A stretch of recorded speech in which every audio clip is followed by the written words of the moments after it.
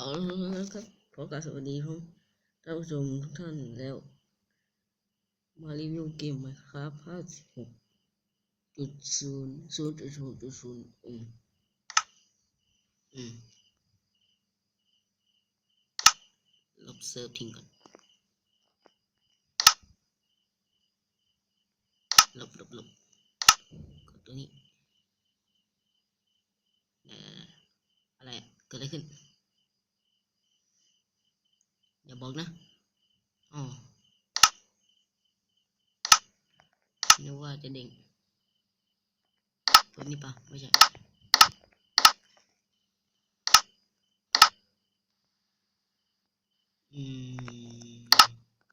อันนี้โอเคอันนี้ก็เป็นเซิร์ฟนี่ด้านล่างเอาชื่อว่าTNT สั่งซื้อไปเลยนึ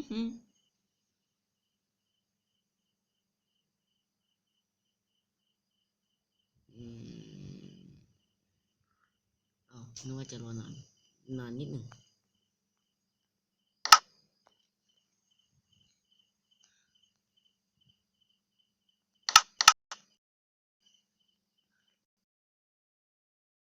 ทิ้งเลยอุตส่าห์สร้างฟาร์มมาอย่างดี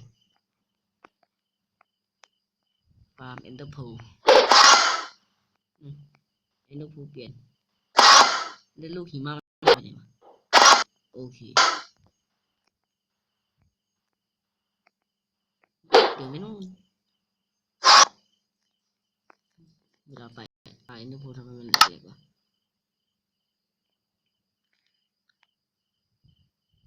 อ้าวอย่าบอกนะค้างอ๋อนึกว่าค้าง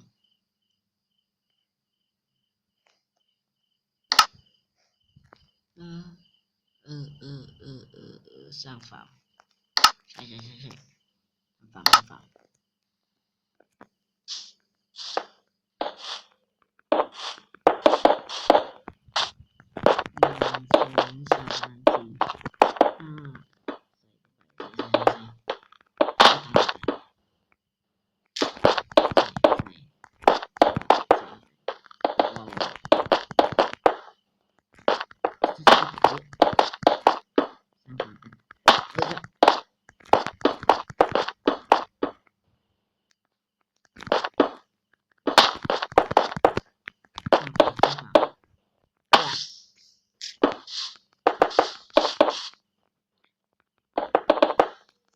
เป็นภาพเอาชีวิต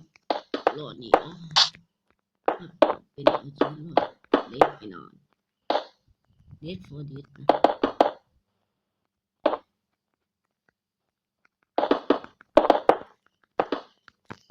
เล่นสตอรี่บิ๊กใจ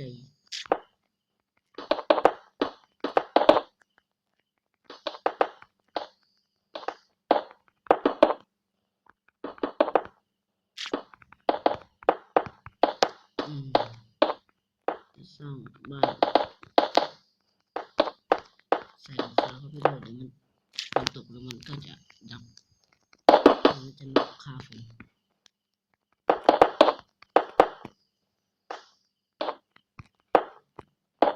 ใส่ไปอย่าลืมปักตัวเดียวมาสเตอร์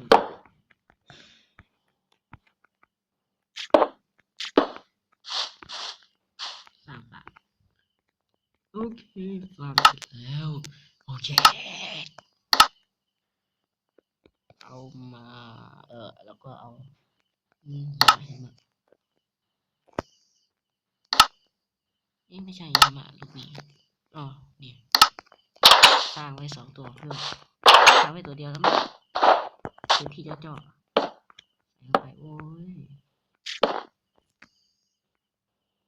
นี่นะครับมันเป็นแบบนี้แล้วมันก็แหลกโอ้อะไรนะจะบอกแค่นี้นึกว่าจะบอกว่าไม่ครับคุณอะไรถ้าใช้มือตีนี่มันไม่ได้นอกจากใช้พลั่วเอาพวกชนิดใดแล้วนะ เอาชนิดนี้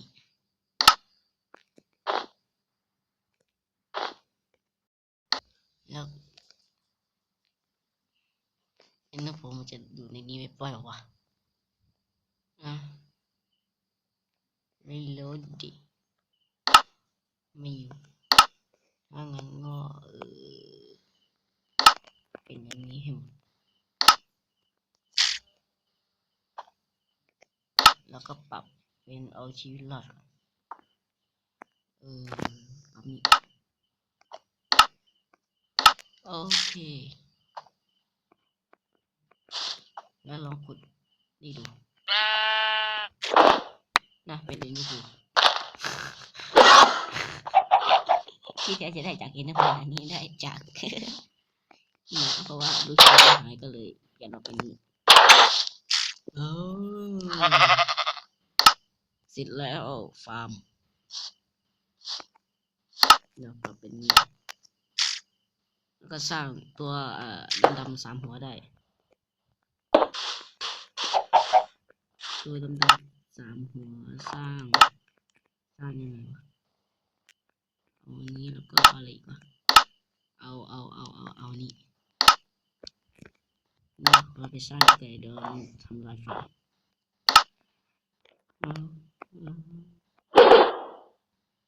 ยังไม่ได้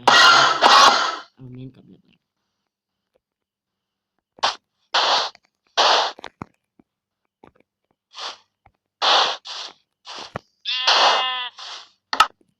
ตรียมดาบไปก่อนกันมันทำลายวางมาแล้ว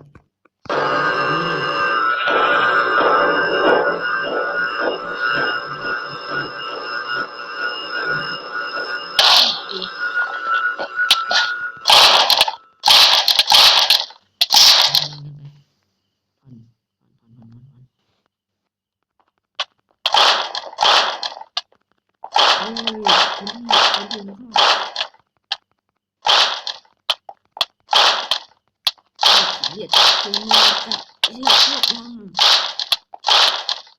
นะครับเดี๋ยวขอข้ามก่อนไปใส่ตาไปเลยเยอะข้าพวกมันไปเลย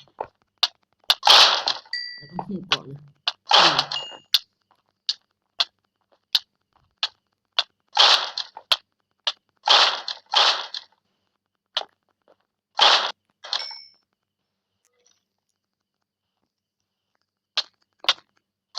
ไอ้เหี้ยเวลาเขาเติมมันทำไมออกแหลกๆวะ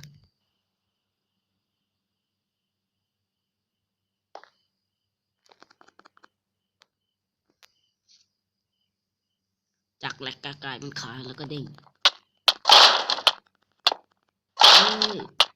ดีเข้าไปข้าจะได้มีพื้นที่กว้าง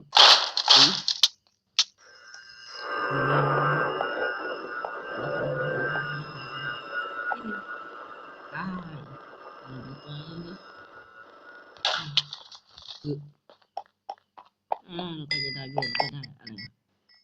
อะไรเนี่ยมันไม่มีทำอะไรอันนี้รู้แล้วเอาไว้ทำอะไรเอาไว้สร้างนี่10 คูณ 10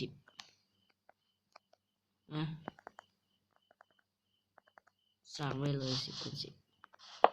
2 3 4 5 6 7 8 9 10ไล่อีกด้านนึงก็10 1 2 3 4 5 6 7 8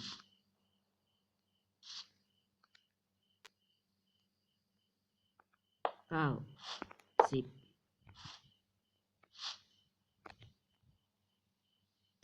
นะแล้วมันก็แหลกข้างอย่าแหลกดีวะ1 2 3 4 5 6 7 8 9 10 1 2 3 4 5 6 7 8 9 10ได้มาแล้วก็สร้างท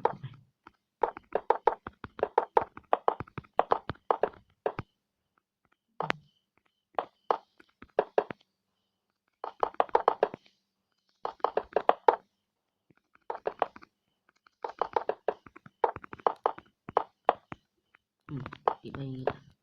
มันตายยังไงเราก็จะได้กล่องมาอย่างนี้อยู่ดี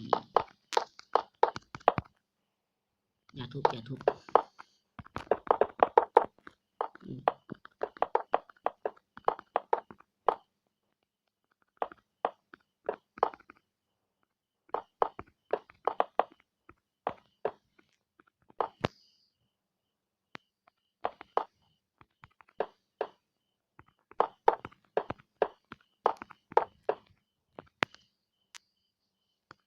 ใส่เข้าไปใส่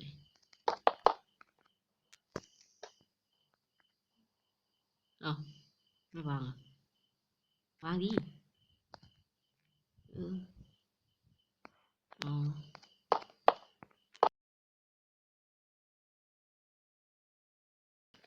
อะไรดิเอ้าอืม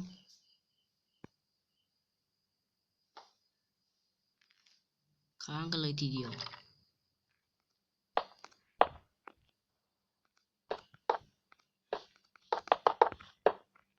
ใส่เข้าไปรีบสั่ง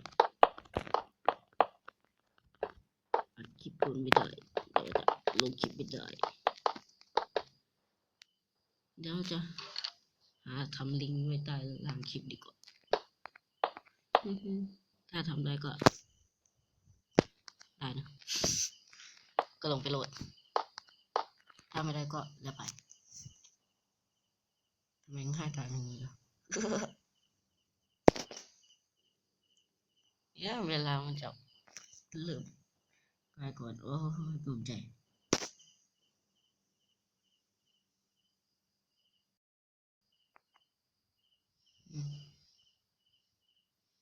ไปหลังเดินหน้า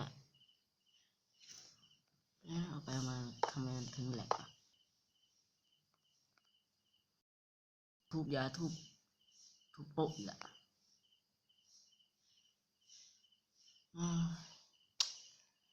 โอ้ยเนาะ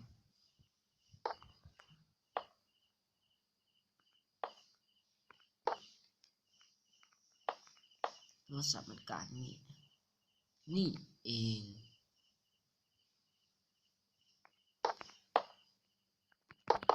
เวลามันจะกลายเพราะความแหลกและความค้างจากเกมแต่ว่ากันบันทึกหน้าจอมันจะไม่ค้างอ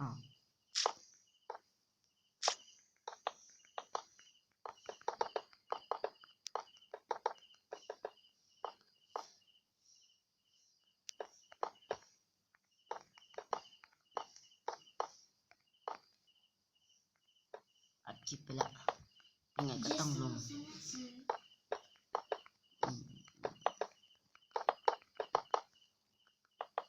นี่ครับสร้างเป็นนี่ก็วางปึ๊บนะทำไมมันมืดวะไปแหลกเกินก็เลยมืดนะก็จบเพียงเท่านี้